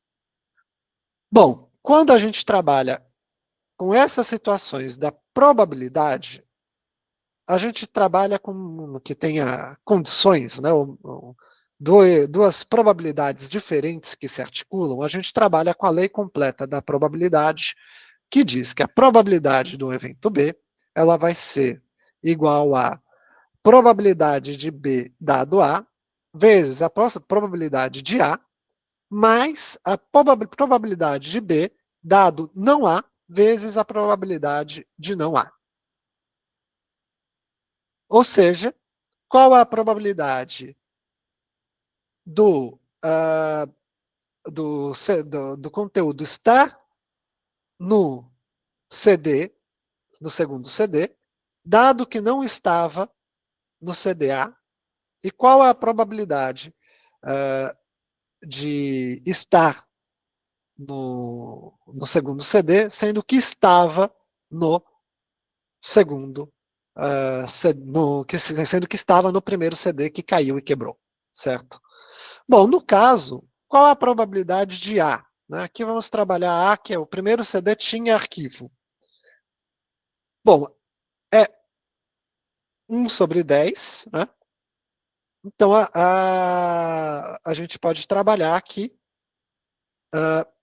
com, enfim, para fins de multiplicação, né? A gente inverte 10 por 1, e a gente vai fazer o cálculo da segunda, né? Também 9 por 10, quando a gente tem aqui a probabilidade do CD não tinha o arquivo. Bom, vamos aqui ao procedimento, né, propriamente. A probabilidade de B dado que A, ou seja, a probabilidade se o primeiro CD, do segundo CD ter o arquivo, sendo que o primeiro tinha, se torna zero. Porque se o primeiro CD tinha o arquivo, então o segundo CD não tem o arquivo, certo? Pois só havia um arquivo. Então, se tivesse no primeiro CD, a probabilidade do segundo ter é zero. Então, vamos aqui para a probabilidade de B, dado que não há. Ela é 1 de 9. Sobrou 9 CDs, certo? Então, desculpa. Então, a gente vai ter que, se o primeiro CD não tinha o arquivo, então o arquivo está em algum dos 9 restantes. Escolhendo um ao acaso, a probabilidade ela tem que ser 9 sobre 1. Então, como eu calculo isso? Vamos para a fórmula completa. Né? A P de B vira 0, porque, como a gente viu aqui, o P de B, sendo que o primeiro artigo, o primeiro CD do arquivo, enfim, o primeiro arquivo quebrou, o primeiro CD quebrou, né? Então, se ele estivesse na primeira, já foi, vezes 1 sobre 10, então, nós temos aí 0 sobre 10, mais 1 sobre 9 vezes 9 sobre 10. Quando a gente resolve essa equação, fica 9 sobre 10, 9 sobre 90, que é igual a 1 sobre 10. Porque eu posso dividir os dois por 1 com 9, então 1 sobre 10. Então a probabilidade, seguindo o modelo total, é 1 de 10. Então o que a gente tem que lembrar aqui? Tá? Sempre que vocês forem trabalhar, é essa formulazinha aqui. Essa formulazinha que diz que a probabilidade do evento B ocorrer, dado que o evento A ocorreu, é a probabilidade do evento A ocorrer. Certo? Mais a probabilidade de B, dado que o evento A não ocorreu, vezes a probabilidade do evento A não ocorrer. Então, essa é a fórmula da probabilidade completa. Se vocês lembrarem dela, vocês resolvem esse tipo de questão de forma simples, basta vocês preencherem os valores. Eu escolhi aqui uma outra de probabilidade em cima de meta da inflação, para a gente trabalhar, enfim, modelos de distribuição, na verdade. No Brasil, o Banco Central procura alcançar uma meta de inflação com valor central, por exemplo, de 4% ao ano, em torno da qual se define uma faixa tolerável de mais ou menos 2% ao ano. Se tal intervalo ocorre de fato e as probabilidades puderem ser aproximadas pela distribuição uniforme entre 2% e 6%, não vou ler ainda a questão, vamos ao que a gente já identifica aqui. Primeiro, a meta de inflação é 4%. Ora, a meta de inflação aqui, ela em geral vai ser a média, né, do modelo. Então a gente já tem isso, que a média é 4%. Segundo, a gente já tem os limites superiores, 6%, e inferior, 2%, porque ele está dizendo aqui que é exatamente o limite, né, da faixa tolerável. Uma distribuição uniforme é aquela que a probabilidade de ocorrência de um evento é 1 sobre B menos A, ou seja, o limite superior menos o limite inferior. Por que isso? Porque uma distribuição uniforme é aquela que em todos os pontos a probabilidade é igual, ela está distribuída completamente de forma uniforme, de forma igual, entre o limite inferior e o limite superior. Então, como a gente resolve? A gente pode ir direto para a nossa aplicação da equação. F de x igual a 1 sobre 6 menos 2, certo? Limite superior menos inferior, que vai ser 1 sobre 4, que é 0,25. Então vamos lá. A probabilidade que a inflação venha a se situar entre 2 e 2,5 será de 10%. Bom, eu coloquei aqui a probabilidade dela, né, ou seja, de que o nosso x esteja menor que 2,5. Como é que a gente vai fazer isso? 2,5 menos 2, que é o limite inferior, né, vai ser vezes 1, porque é o número de frequências que vai ocorrer, dividido por 4, né, que é a nossa distribuição aqui. Quando a gente resolve essa equação, a gente tem 1 sobre 8, que é 12,5. Então, A não é verdade. B, a mediana da distribuição será 3,5%. Não, né? Porque a mediana e a média, nesse caso, ela vai ter que estar igual, porque a distribuição está uniforme, né? Então, a mediana e a média vão coincidir. A distribuição será bimodal? Não, ela é uniforme. A amplitude total da distribuição será de 2% ao ano? Não, porque a amplitude total vai de 2 a 6, então, portanto, é 4. O quartil inferior da distribuição irá de 2 a 3%. O quartil inferior são os primeiros 25%. E a gente sabe que, sim, a distância exata de 1%, né, ou seja, de 2 a 3%, é 1/4 da nossa distribuição. Então, E está correta. Então, novamente, o que eu precisava saber daqui? A fórmula da distribuição uniforme.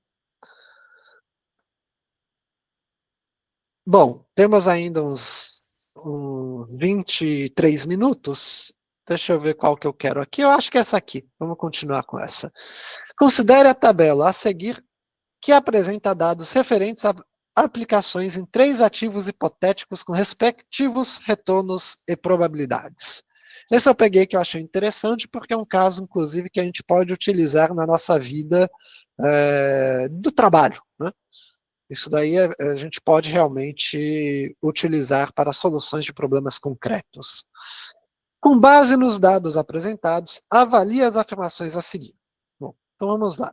Quais são os dados que a gente tem? Os ativos, A, B e C, o retorno anual. Retorno anual de A é 10%, com probabilidade de 100%. Ou seja, ele sempre dá um retorno de 10%. Então, um ativo bem conservador. O ativo B, ele ou dá 6%, com 50% a 100% de chance, ou 14%, com 50% de chance. Um ativo que tem um certo risco aí, mas que o risco é ganhar menos, né? Você não corre o risco de não ganhar. E o C, um retorno de 0% com 50% ou 25% com 50%. Um ativo bastante arriscado, né? Com base nos dados apresentados, avalie as afirmações a seguir. O retorno esperado dos ativos A e B é o mesmo, mas a variabilidade de retorno do ativo B é menor. Bom, vamos ver então aqui as esperanças de cada um, né, para a gente ver. A esperança é a média, né, enfim, do nosso retorno vezes a probabilidade, né? Então, a esperança do ativo A, ela vai ser 10% vezes 100. Ou seja, né, vezes a totabilidade da possibilidade. Ou seja, em média eu vou ganhar 10%. No caso do ativo B, eu vou ter que usar aqui a fórmula de média ponderada, certo? Onde eu tenho 6% vezes a possibilidade, vezes a ponderação dele, que é 0,5, né, 50%, mais 14% vezes a ponderação dele, que é 0,5. Então, isso fica 3 mais 7, 10%. Então, o retorno esperado dos ativos é o mesmo, mas a variabilidade do retorno do ativo B é menor. E aqui que a coisa pega. Como é que o ativo B vai ser menos variável se ele, enfim, tem mais variação? Mas a gente já volta nisso. A esperança do C é 0 vezes a possibilidade de você ganhar nada, né, mais 25 vezes a possibilidade de você ganhar os 25, que é meio. Então, 25 dividido por 2, vira 12,5, essa é a média, né, a esperança dele. E a variabilidade? A gente tira a variância deles, né, ou o desvio padrão, também podemos tirar. Bom, a variância do primeiro é necessariamente zero, porque se a probabilidade é zero, então, necessariamente, a distância da média e da observação é sempre zero. Bom, e para o caso do B? A gente vai utilizar a fórmula da variância, que ela vai ser a 0,5, né, que é a nossa probabilidade do B, vezes a distância da média em relação à receita, elevado ao quadrado, mais a probabilidade da segunda entrada, né, do 14, também menos o 14 em relação à média. E aí isso vai me dar menos 4 elevado a 2 e 4 elevado a 2, isso vai dar, portanto, 16. A raiz quadrada de 16 é 4. Então a gente tem um desvio padrão de 4, né, e uma variância de 16. Bom, vamos lá para a primeira. 16 é maior que 0. Então, portanto, a 1 está errada já. O coeficiente de variação do ativo C é superior ao coeficiente de variação do ativo B. Quando a gente vai tirar um sigma aqui, a gente vê, esse porcento aqui ficou a mais. A gente vê que a variância, mesma coisa, vou aplicar a mesma fórmula, ela vai me dar uma variância muito superior e, portanto, um desvio padrão, que é 12,5. Né? Pode ser porcento também, porque aqui é porcentagem, mas seria 12,5 pontos percentuais, o correto a se falar. Mas, enfim, 12,5. Então, portanto, vamos lá. O coeficiente de variação do ativo C é superior ao coeficiente de variação do ativo B. 12,5 é maior do que 4. Então, está correto. Na comparação entre os ativos A e B, um investidor neutro em relação a riscos tem preferência pelo ativo A. Se ele é neutro em relação a risco, para ele tanto faz o risco, certo? Então, por que ele teria preferência ao ativo A? Não faz sentido, certo? Um investidor que é averso a risco, ele sim teria preferência pelo A.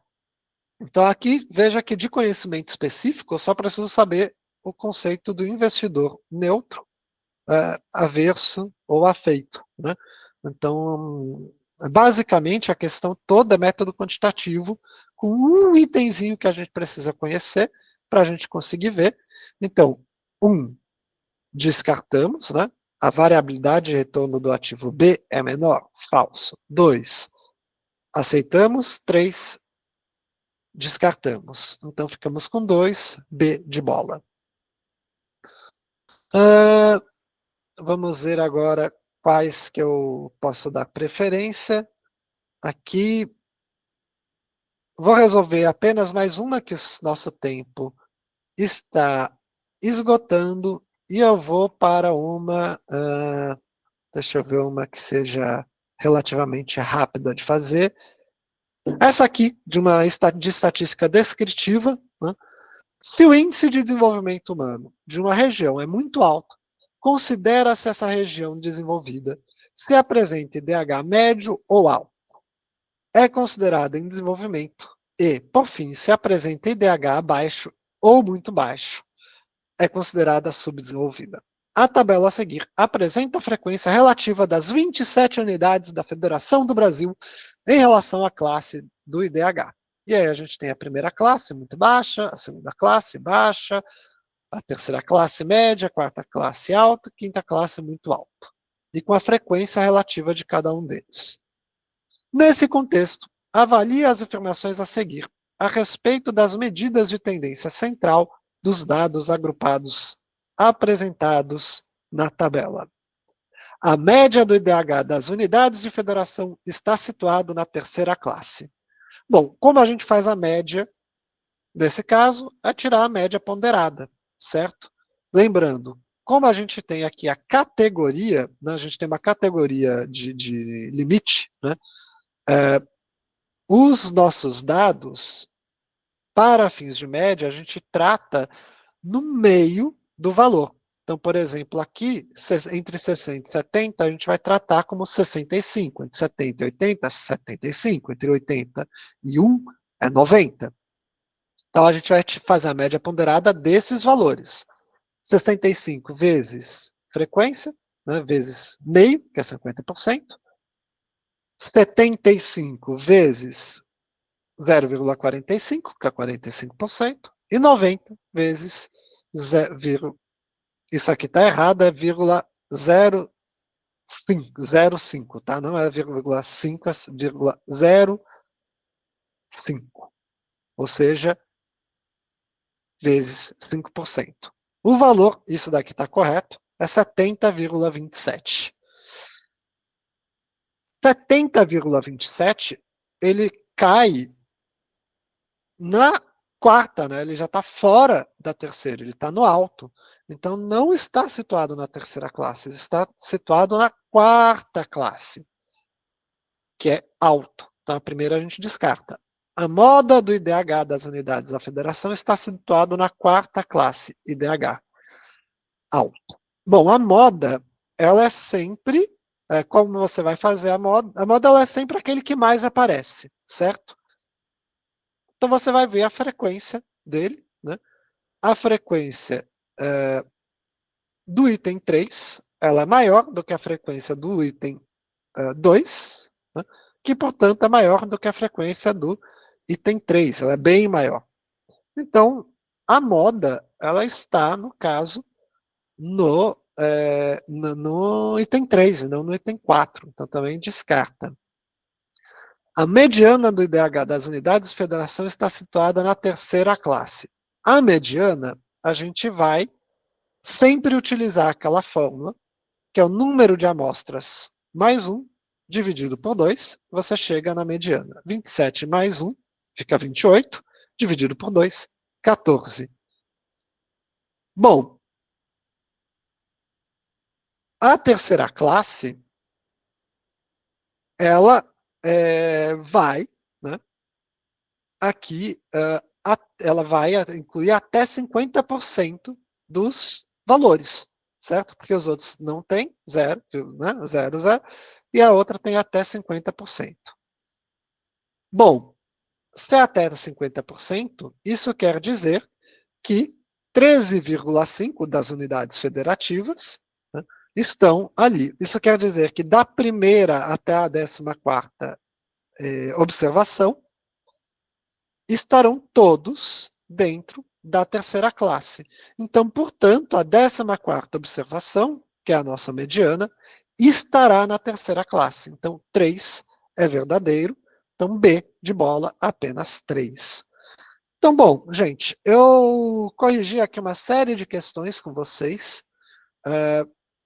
Eu espero que o que tenha ficado claro é que o ENAD, ele não é uma prova difícil de se corrigir, de se fazer, do ponto de vista do cálculo das coisas. A matemática aplicada aqui, ela é relativamente simples. É soma, é multiplicação, né? Raríssimas vezes você vai ter questões que envolvem potência ou raiz quadrada. A gente teve que resolver, acho que uma raiz quadrada aqui, né? Foi uma que a gente corrigiu, enfim, uma raiz quadrada só. E mesmo assim dava para ser feito com a variância em vez do desvio padrão, então não precisava também a rigor resolver a raiz quadrada. Então é uma prova que, se vocês conhecerem os conceitos e vocês dominarem as 4 operações básicas, vocês fazem. Então, o que é que eu quero que vocês estudem para a prova do ENAD e estudem a rigor para métodos quantitativos? Os conceitos das coisas, certo? Então, o que vocês precisam conhecer das regressões, né, para a econometria? Vamos fazer uma recapitulação aqui bem breve no nosso limite de tempo.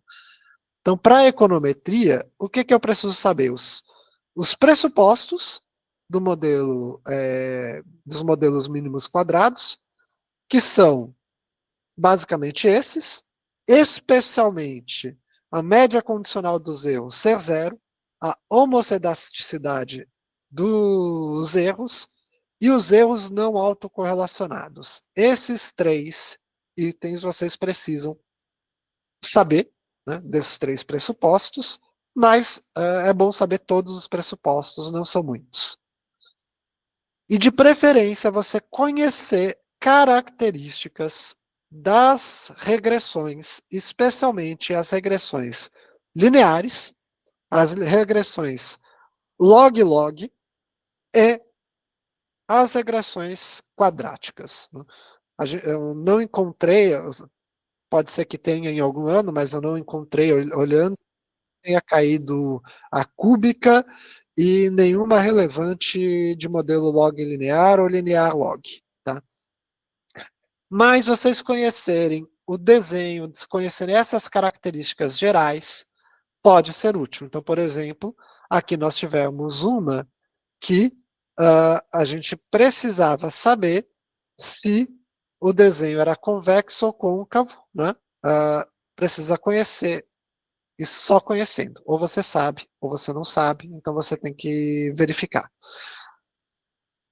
E tirando esses 2 pontos, exercitar leitura deste tipo de tabela, que são as tabelas das análises estatísticas, né? Isso a gente vai utilizar muito, mas muito mesmo em artigo. Tá? Então essa é uma dica que fica também, né, para vocês. Então a última coisa que eu falo aqui, e aí caminho para o encerramento, é que, portanto, vocês estudarem para a prova do ENAD não é distinto de vocês estudarem para a vida de vocês, para essas questões quantitativas, tá? Então, é isso. Estudem o desenho das regressões, estudem os pressupostos delas, exercitem essas tabelas, que vocês vão utilizar. Quem for trabalhar com métodos quantitativos e econometria vai utilizar muito, e quem não for trabalhar, volta e meia em artigos específicos, né, que trabalhem com esses modelos, que são muitos na área de economia, especialmente história econômica também, tem bastante, vocês vão ter que usar. E quanto aos demais métodos quantitativos, o que eu acho que deve ter ficado claro é que vocês precisam ter capacidade crítica também de analisar os dados disponíveis, conhecer a fórmula da probabilidade geral, que é essa aqui, né? E basicamente as fórmulas também de funções de probabilidade, que pode ser que caia. Certo? Eu trouxe aqui a uniforme, porque foi a que eu localizei, mas não seria de todo estranho ter uma questão, por exemplo, da função de distribuição de tipo normal. Não sei se no ENAD isso seria, né, é comum, mas no CNU, por exemplo, questões sobre distribuição normal caem. Tá? Então também é bom vocês conhecerem